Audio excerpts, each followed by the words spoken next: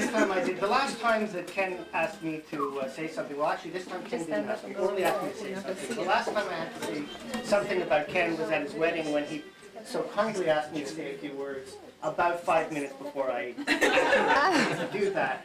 So this time the problem is, of course, that I had a few weeks to prepare, which meant that I started preparing in the car on the way over. And for those of you that don't know, Ken is actually a friend of mine for about 32 years, believe it or not. We met at Garden View Elementary School, which, so as everybody knows now, it's not called Garden View Elementary School anymore, it's now called Garden View, because school is no longer allowed on schools. So they changed that name. Over the years, there are a few things that I've noticed about Ken that some of you might also have noticed. One of the things is Ken has this issue with size. I don't know what exactly. A lot of you might not know this, and I'm not even sure if Ken remembers this, but when Ken first started, before he started to learn how to play bass, he was starting to learn how to play guitar. And then one day, I showed him a bass, and it was bigger. And I'm convinced that that's the reason now why he's playing a bass. And just in case you think that that was an isolated circumstance, it wasn't. In the high school band, Ken's favorite teacher, who he happened to endearingly name Shiny, okay, that was the band director at the time, he asked Ken to play trombone. But if those of you who've seen a trombone, you know that it's got these tiny little narrow tubes, not big enough. Tuba. That's what Ken had to play. And then of course there's, you know, the whole issue around cars, right? Okay, Ken's first car, for those of you who don't know, was a Cadillac. It was a 17-foot Cadillac. In order to be able to find a parking spot, you pretty much had to stand outside and beep the horn and have other people move out of the way. And even though Ken drives this Maxima, the truth is what he really wants is a car big enough to require construction to the garage. If he could extend the garage out and find a car big enough, that's what he really wants to do. That's, although, and Kayla pointed out quite rightly, he did have her in 05. For a week. But he carried around.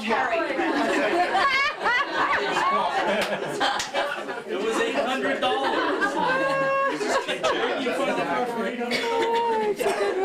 Now, we all know that Ken, who is, you know, he's a very shy and quiet and reserved person, okay?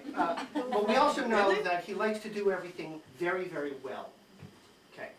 For instance, when Ken was in high school, he broke his leg in 2 places.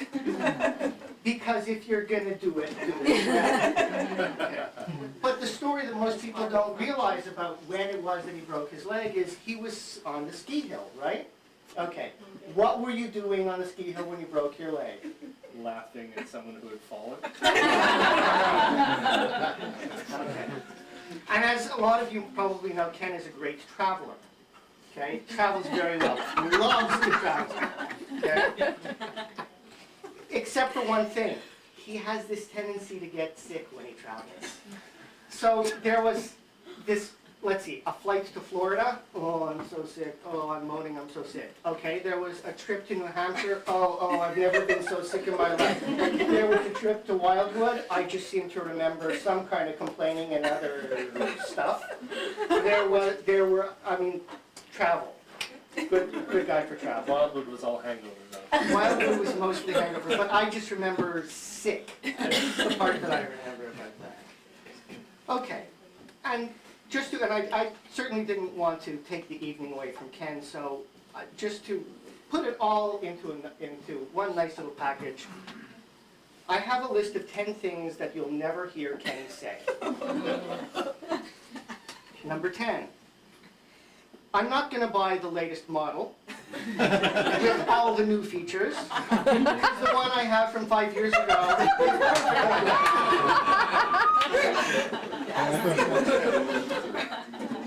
Number 9. Oh, turn up the radio. I love that Britney Spears song. Number 8. Gabe, please turn down my amp. I think I'm playing too loud.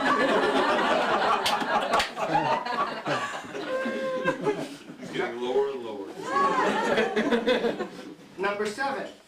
No, guys, I don't want to play that song at the next gig. I think the bass line is too prominent. Number 6. 7 p.m. sharp? No problem. I'll probably be early. Number 5. Let's meet for breakfast. I'm really more of a morning person. Number 4. Orly, I'm going out to see my yogi and then to have an aromatherapy session because my chi just isn't right today. Number 3. You still don't understand after 6 explanations? No problem, I love explaining. I'll just work with you patiently until you figure it out. Number 2. I don't care if that one's better, let's buy the cheap one. And number 1. Hello, Gadget Buyers Anonymous. I think I have a problem.